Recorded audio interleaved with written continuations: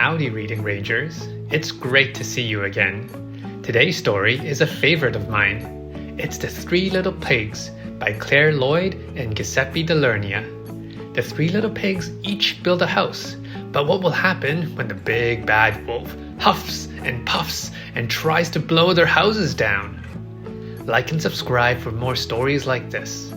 Let's find out what happens.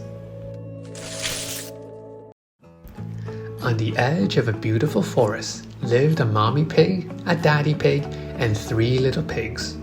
The time had come for the three little pigs to leave home. Bye-bye. Watch out for the big bad wolf, warned the daddy pig as he waved goodbye.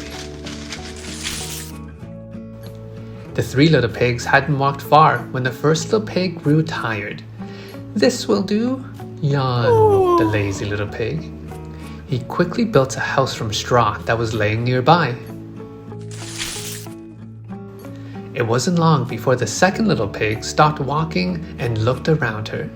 "This will do," she said, and swiftly built a house from the sticks and branches that were scattered around her. The third little pig walked on and on and on. Finally, he found a pretty area of land by a stream. It was the perfect place to build his house.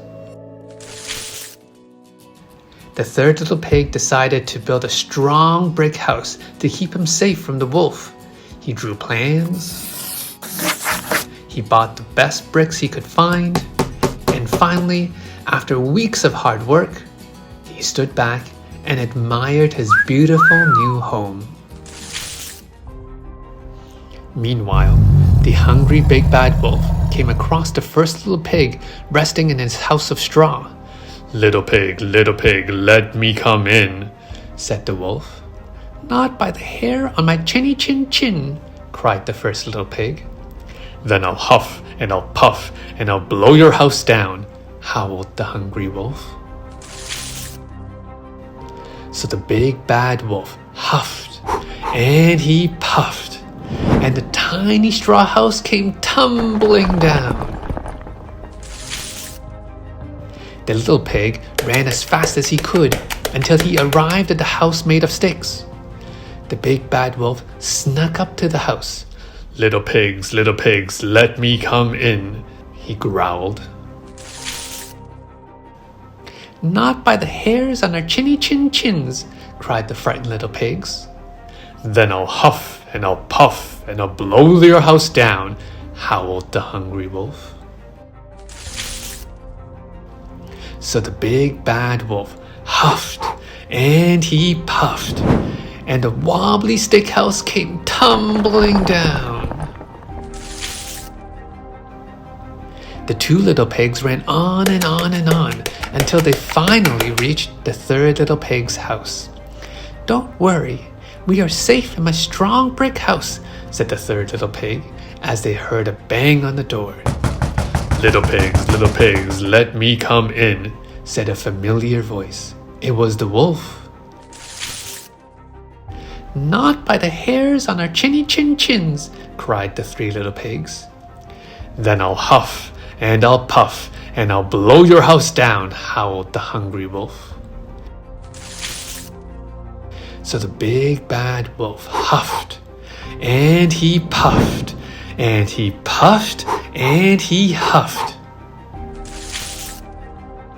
But nothing happened. The house didn't even wobble. The wolf was furious and very hungry. He climbed up onto the roof and jumped down the chimney. Splash! Ow!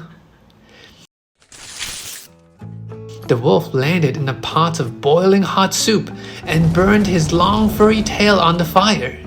He leapt out of the chimney and ran away as fast as he could. As for the little pigs, they lived happily ever after in their house made of bricks. They never ever saw the big bad wolf again. The end.